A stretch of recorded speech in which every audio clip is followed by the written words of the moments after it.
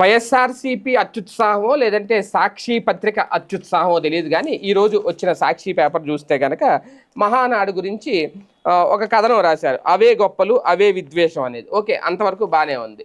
అదే నేపథ్యంలో అక్కడ ఒక ఫోటో అయితే వేశారు, టీడీపీ మహానాడులో ఖాళీగా దర్శనమిస్తున్న కుర్చీలు అనేది.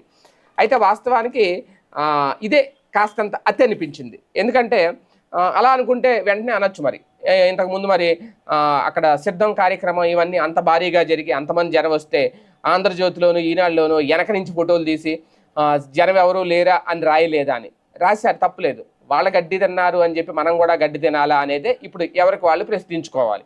ఎందుకంటే మహానాడు కార్యక్రమానికి ఏ స్థాయిలో జనం వస్తారో అందరికీ తెలుసు.